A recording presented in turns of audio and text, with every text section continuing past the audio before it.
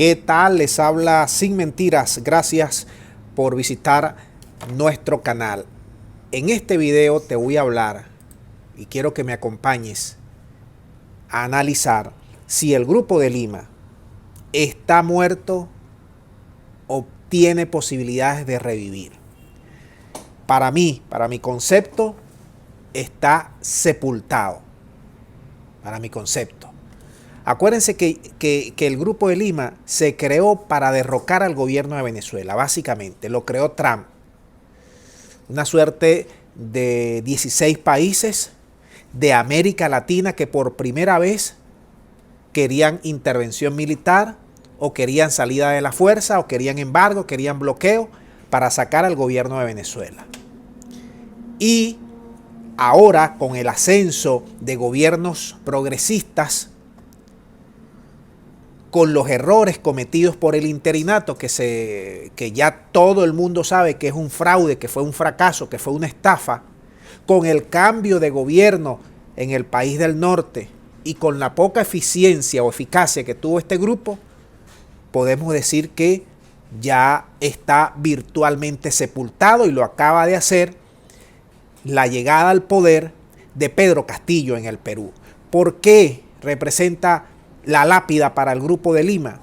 Porque Pedro Castillo llega al poder con una visión regional diferente a la que tenía sus antecesores, sobre todo Pedro Pablo Kuczynski, que fue el impulsor y el creador, porque el Grupo de Lima se origina en el Perú con Kuczynski.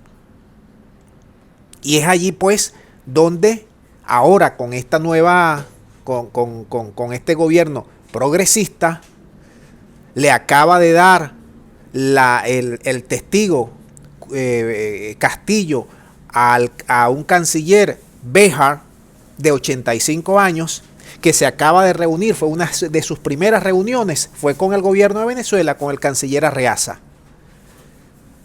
Entonces, si nosotros ya estamos hablando que la OEA no sirve para nada, que se ha prestado igual que el Grupo de Lima para dar cuanto golpes de Estado, para impulsar cuanto golpe de Estado fuese necesario para sacar a los gobiernos progresistas, de izquierda, del centro, que no les convenía a los intereses europeos ni a los intereses de Washington. Si México acaba de decir clara y llanamente que hay que colocarle una lápida a la OEA, que hay que crear un nuevo mecanismo interregional, que ya ese mecanismo lo habían creado Lula, Chávez, Kirchner, tiempo atrás, que fue la CELAC, pero que fue implosionado por el país poderoso y los europeos porque no les convenía a sus intereses. Entonces, estamos diciendo que los principales valedores de este Grupo de Lima ya salieron o están en vías de salir, como por ejemplo Brasil, como por ejemplo Colombia, que seguro van a salir el próximo año. Fueron echados por los pueblos, tipo Piñera, tipo, ¿cómo se llama?, que ha perdido todas las elecciones, y otros, aquí en Perú, y otros, que se prestaron, se dejaron meter candela, se arrastraron ante Trump, que les metió miedo, que los impulsó, que son colonias de Washington, no tuvieron una política exterior autónoma, independiente de Washington, cayeron en ese error, se fueron contra Venezuela y ahorita mismo son parte de un pasado oprobioso en América Latina. Ahora México está planteando pues la discusión de la OEA, de crearnos un mecanismo para hacer contrapeso a la diplomacia de los cañones, de la diplomacia de la fuerza que tiene Washington en nuestra región. Y aquí lo más importante es que Arreaza, como canciller de Venezuela, se acaba de reunir, que él viajó a Perú, se acaba de reunir con cancilleres de Argentina, de Cuba, de Uruguay, de México, de Chile, de Bolivia, de Nicaragua, de países europeos, que ahora están desandando el camino, luego de que reconocieron a Guaidó y a los supuestos embajadores de Guaidó.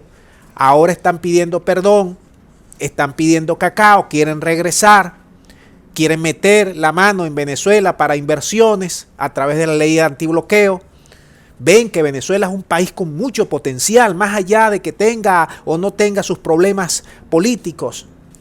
Y entonces quieren recomponer las relaciones. Ahora yo te digo una cosa, el país poderoso, el país de las hamburguesas, los europeos, ahorita están en una retirada táctica, estratégica.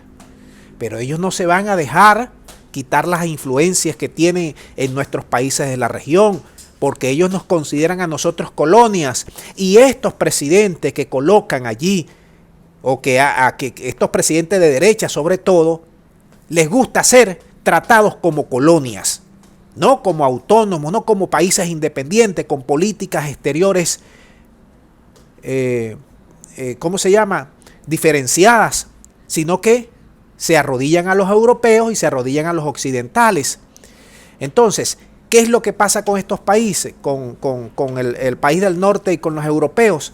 Bueno, que no van a perder su influencia, se han retirado tácticamente, ven que ahorita no les es favorable políticamente, pero ellos no se van a dejar de extraer sus riquezas, sus multinacionales, no van a pagar impuestos como lo vienen haciendo, sino pírricos impuestos. No van a dejar que se les repatrien sus capitales. No van a dejar que les quiten y que abusen de las legislaciones laborales laxas que tienen en estos países con mano de obra casi de esclavitud. Ellos no van a dejar que gobiernos progresistas, de izquierda, comunistas, socialistas, como ustedes quieran nombrarlo, le quiten esos beneficios. Entonces, ahorita mismo los gringos tienen varios frentes de batalla. A América Latina se le va a abrir este frente, ya se le está abriendo. Con la salida de Colombia el próximo año, de Duque y de Bolsonaro, que seguramente van a salir el próximo año, van a tener problemas en América Latina. Vamos a ver, esto se pone interesante, el panorama político en América Latina. No sé si ustedes creen que el Grupo de Lima ya feneció o es una retirada táctica estratégica del país poderoso. Muchas gracias y será hasta la próxima.